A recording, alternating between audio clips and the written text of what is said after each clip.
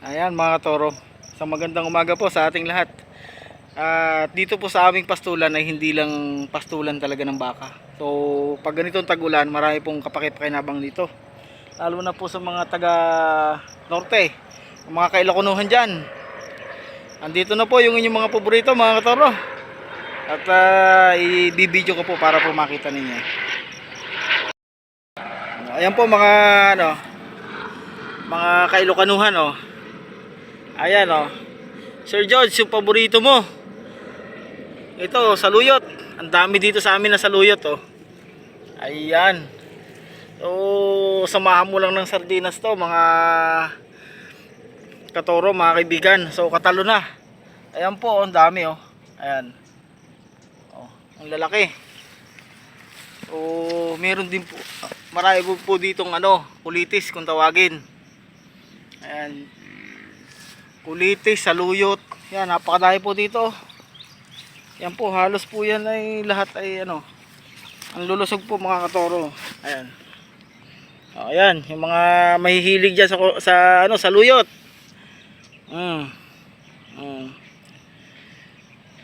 Nag-imas. Lagyan mo lang ng bagoong. Magpakulo ka lang ng bawang, tapos lagyan mo ng bagoong, kaunting asin. Ayan, ayan po yung natikman ko sa may parting norte sa Cagayan Valley. Napakasarap po nila magluto nito. Yan mga katoro. Ayan po, halos lahat yan po. Yang nakapaligid na yan. Kulitis. Sa Itawis naman, nasit. Marami ditong nasit. Ayan. Ito po, ang dami po. Ayan po, puro po yan. Mag-ikot-ikot lang kayo dito sa aming paligid. Ang dami po ditong saluyot. Yan, sa may hilig sa saluyot dyan. Ito na po.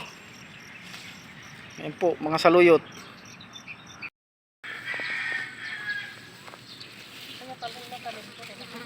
Yan po, nasit. Ang dami. Kulitis. Ilocano. Itawis ay nasit. Yan po, dami oh. Dami po dito. Dami pong nasit, kulitis, yan. Sasawa po kayo dito. Panlahok po sa munggo. Ayan. Napakaganda ng dahon oh. Ang munggo. Napakasarap po niya sa munggo. Samahan po sa Itawis ay sinasamahan po yan ng tinapa. Tapos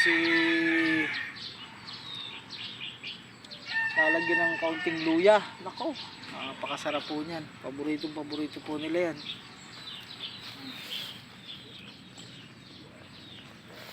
Yan po, ang dami oh.